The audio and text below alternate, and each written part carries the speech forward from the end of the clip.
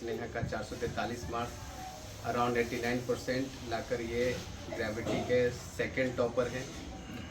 तो आइए स्नेहा से जानना चाहते हैं कि रिजल्ट को लेकर कैसा महसूस कर रही हैं, इन्होंने अपना तैयारी किस तरह से किया था, फ्यूचर में क्या करना चाहती हैं, उनके भविष्य की क्या प्लानिंग है, और भी बहुत सारी बातें करेंगे।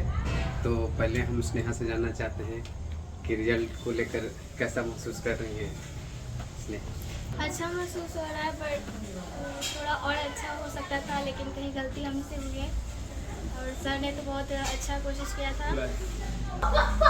जी हाँ, तो स्नेहा टोटल 6 सब्जेक्ट का तैयारी करी थी, physics, chemistry, math, biology, Hindi, English. Math main subject था। तो स्नेहा से जानना चाहेंगे कि अधिकतर बच्चों को कोई ना कोई सब्जेक्ट में बहुत ज़्यादा डिफ़िकल्टीज होता है, का कौन सा सब्जेक्ट आपको सबसे ज़्यादा डिफ़िकल्ट ऐसा लगता था, और वो सब कैसे आपने हैंडल किया, ये इसके बारे में थोड़ा सा बताइए। मैं तो फिजिक्स थोड़ा हार्ड लगता था, क्योंकि इसमें बहुत ज़्यादा न्यूमेरिकल रहता था, तो उस पर हमने ज़्यादा टाइम दिया था, थोड़ा हुआ ठीक। लेकिन खुशी की बात यह है कि फिजिक्स और केमिस्ट्री दोनों में इनका बराबर मार्क्स है ना। Yes sir. कितना आया है? 93 मार्क्स, बहुत ज़्यादा मार्क्स होता है 93। आप समझ सकते हैं स्नेहा का सारे मतलब कोर्स सब्जेक्ट में, फिजिक्स, केमिस्ट्री, मैथ में वो एबव 90% नंबर है, ठीक है। और ये बहुत अच्छा स्कोर है। बहुत सा बच्चों का ड्रीम रहता है कि ये सब्जेक्ट में अच्छा नंबर लाएं, है ना। हिंदी इंग्लिश में तो लोग स्कोर कर लेते हैं, लेकिन कोर्स सब्जेक्ट में ये स्कोर करना बहुत बड़ी अचीवमेंट है। तो आइए स्नेहा से जानते हैं कि एग्ज़ाम के दिनों में मतलब एग्ज़ाम को लेकर प्रेशर होता है, ठीक है ना, सारे बच्चों को। तो उस तरह कैसे प्रेशर को मैनेज करती थी, और तैयारी का क्या स्ट्रेटेजी अपनाएंगे आप एग्ज़ाम के दिनों में, लास्ट में?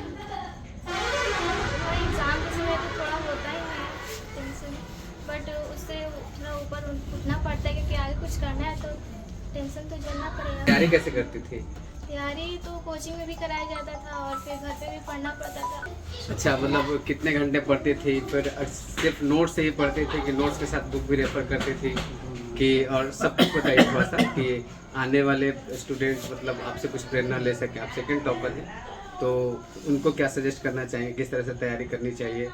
और जैसा कि मैंने देखा कि आप और आकाश ही जनरली जैसे टॉप में आते थे, कभी आप टॉप करते थे, कभी वो टॉप करते थे। और मैं बोलता भी था क्लास में कि यहाँ जो टेस्ट में टॉप कर रहे हैं, शायद फाइनल में भी देखिए वही में टॉपर कोई ना कोई होंगे।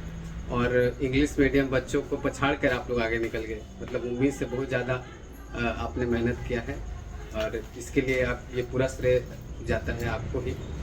अच्छा, और तैयारी में आप या ओवरऑल आप अपने तरफ से किनको अपना श्रेय देना चाहेंगे, ये भी बताइए। और बाकी तैयारी किस तरह से मतलब सजेस्ट करेंगे अपने आने वाले स्टूडेंट्स को जो अगले बार एग्ज़ाम देना चाहते हैं, उसके बारे में बताइए आप उसने। तैयारी के लिए तो सभी टीचर ही जिम्मेदार हैं। ओवरऑल श्रेय किनको देना चाहती है? ओवरऑल से ऐसे तो सभी सर ने मतलब बहुत मेहनत किया, आपने भी किया, सभी सर ने किया सर। हाँ ठीक है, बहुत अच्छा। तैयारी के लिए कुछ बताइए कि मतलब बच्चे मतलब कैसे करें, क्या करें? पहले तो नोट से अपना जितना भी कॉन्सेप्ट है वो क्लियर करना पड़ता है, और उसके बाद सैम्पल पेपर से सेट मारना पड़ता है। कभी कभी वो ऐसा होता है कि सिर्फ हम लोग नोट्स पढ़ लेते हैं, लेकिन सैम्पल सेट उतना नहीं बना पाते हैं। लास्ट टाइम में बहुत ज़्यादा प्रेशर रहता है, तो इसलिए नोट्स पढ़ने के बाद सैम्पल सेट बनाना बहुत ज़रूरी होता है। और प्रीवियस ईयर का क्वेश्चन पेपर कैसा सहायक रहा या नहीं रहा? हाँ, वो बहुत सहायक रहा, उससे बहुत सारा क्वेश्चन भी लड़ा था। तो कोचिंग में भी जो कराया जाता था टेस्ट, उससे भी बहुत सारा क्वेश्चन लड़ा था, और जो लास्ट मोमेंट पे आप लोग गए थे उससे भी बहुत सारा क्वेश्चन लड़ा था। लड़ने की बात नहीं है, वो तो लड़ना ना लड़ना ये है कि टेस्ट का फायदा हुआ कि नहीं हुआ, वो होता है कि नहीं। हाँ, टेस्ट का तो बहुत फायदा हुआ, टेस्ट नहीं छोड़ना चाहिए। और लास्ट मोमेंट में बिल्कुल नहीं छोड़ना चाहिए, क्योंकि उससे तो अधिकतर आ ही जाता है एग्जाम में। हाँ, बच्चे डर के मारे छोड़ देते हैं, लास्ट में क्लास भी नहीं करते हैं कि भैया घर पर बैठ के तैयारी कर लेंगे, अच्छा नंबर लाएंगे।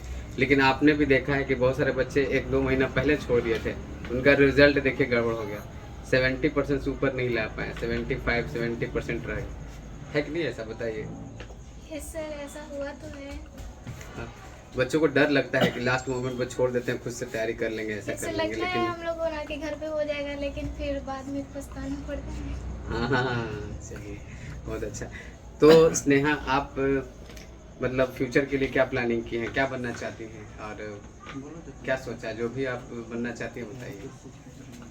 मैं तो मैथ में इंटरेस्ट है और फिजिक्स केमिस्ट्री में, तो ऐसे तो लगता है कि इंजीनियरिंग फील्ड में जाना पसंद है।